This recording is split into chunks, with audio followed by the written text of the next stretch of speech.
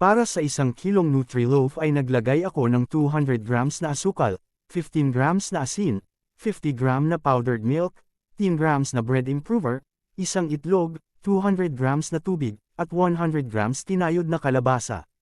Ang kalabasa ay nagdaragdag ng lasang matamis at malambot na hindi nakakasawa, pati na rin ng sustansya tulad ng bitamina A, potassium, at dietary fiber. Para maging mas malambot at fluffy ay maglalagay ako dito ng Udain. Ang Udain ay 80% tubig at 20% lang ang harina. 50 grams na harina, 200 grams na kumukulong tubig. Ibubus lang ng dahan-dahan ang kumukulong tubig sa harina habang hinahalo ito.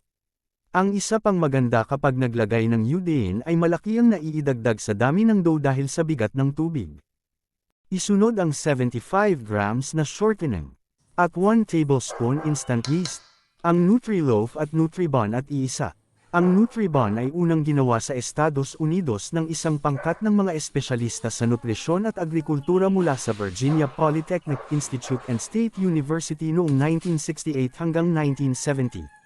Ito ay idinisenyo bilang isang handa ng kainin na kumpletong pagkain para sa mga programa ng pagpapakain sa mga elementaryang paaralan sa Pilipinas upang labanan ang malnutrisyon sa mga bata.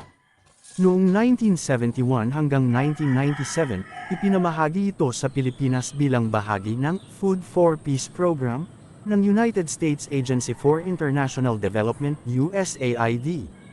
Ang mga sangkap tulad ng harina ng trigo, gatas na pinatuyo, ay ibinigay ng Estados Unidos sa ilalim ng batas na Place 480 Title II na tulong sa pagkain.